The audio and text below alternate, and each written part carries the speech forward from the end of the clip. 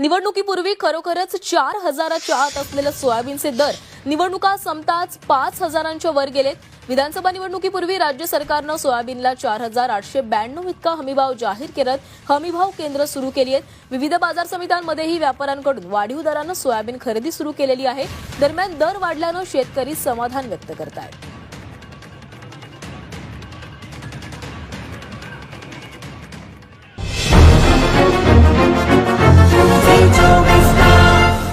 निवडणुकीपूर्वी खरोखरच 4,000च्या आत असलेले सोयाबीनचे दर निवडणुका संपताच 5,000च्या वर गेलेत.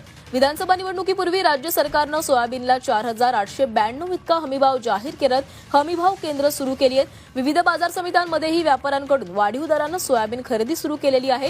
दरम्यान दर वाढल्यानं शेतकरी समाधान व्यक्त करतायत.